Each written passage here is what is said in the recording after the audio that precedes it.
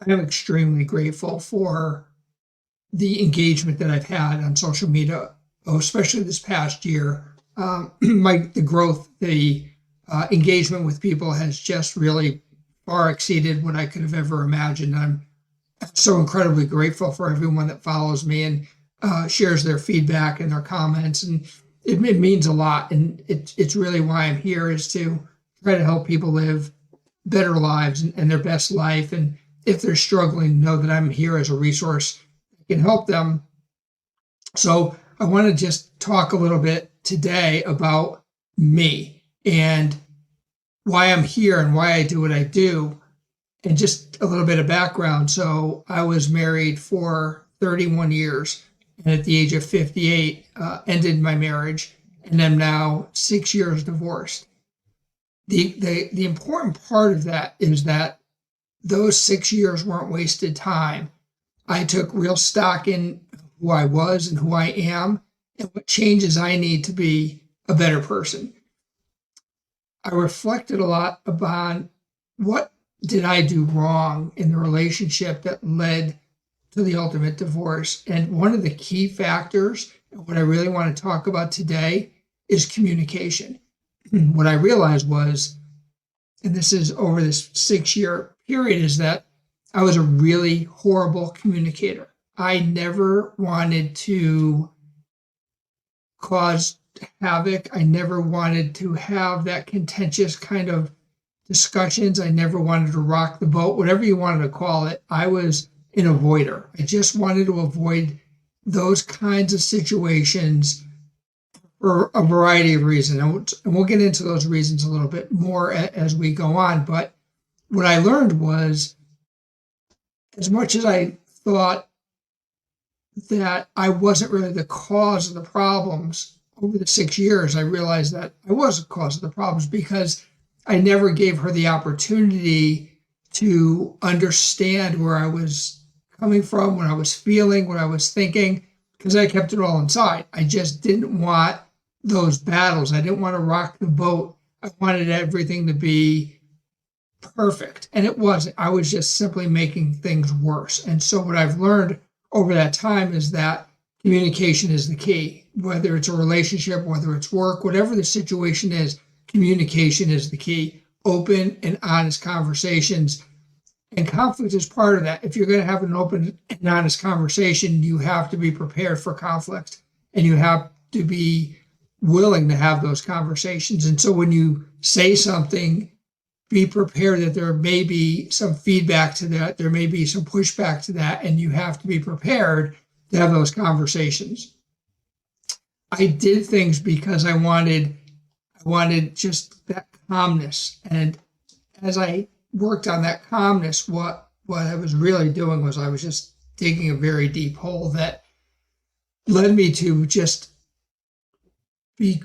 pull back into myself and just become a shell of a person, because I was so overwhelmed with negativity, and so much of that negativity was self-inflicted. I brought it upon myself because I wasn't willing to address the situation. I wasn't willing to say, I would really appreciate it if you do this. I would just do it. And then I would just, this pent up resentment that led to this end game. Things just kind of broke. Communication, if you are not good at it, it is something that you need to learn to be better at. It doesn't happen overnight. It is the pinnacle of a relationship, is open and honest communication. Am I really good at it today? No, I'm still not really good at it. And what also came out of this 6 years is that I started to write down what I felt I was good at, what made me a good person. And then I also wrote down what I'm not good at and what makes me, I don't want to say a bad person, but just not the person I could or should be. It's easy to write down the good stuff. It's really hard to write down the bad stuff and look at that on paper. You can say it in your head, but when you see it on paper and you go, oh my God, you know what? I really am bad at that. Or I really do need to fix that trait because it's not doing me any good, and I'm not doing any good for anyone else. And it really is a fault of myself. As you do that, as you come to terms with things that you're not good at, and if you are committed to improving that, making that better, it will change your life. Absolutely, it will change your life, because all of those things that were on the bad side now get flipped over to the good things that you do, and it makes you a better person, whether it's being a parent, whether it's being a partner, whether it's being an employee, whatever it is. That list, that what I'm good at, what I'm proud of myself for, that's the key. That list needs to be longer than what my faults are and what I'm not good at. 6 years of working on that list, and it's still a work in progress. Tomorrow I turn 64. And I know I'm still not done. I know there's still work ahead of me, but it's so important to be honest with yourself. Be open and honest and say, man, I am just this really good guy. I put my family first. I work my butt off. I'm trying to provide for everyone. I'm trying to do whatever people need me to do. I want to be there for them.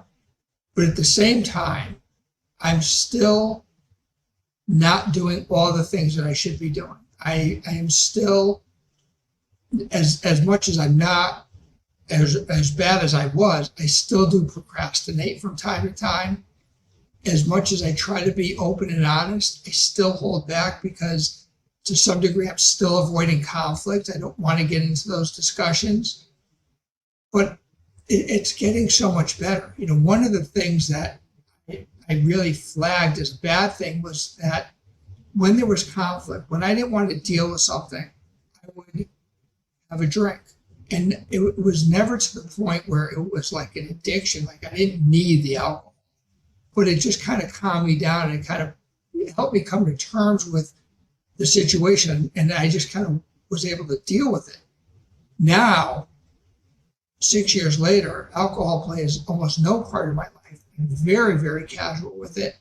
And it makes me more responsible because I have to step up. I have to take responsibility. I can't deflect it by whatever it is, you know, having a drink or walking away or going to my room. What all the stupid things that I did in the past. It's about responsibility.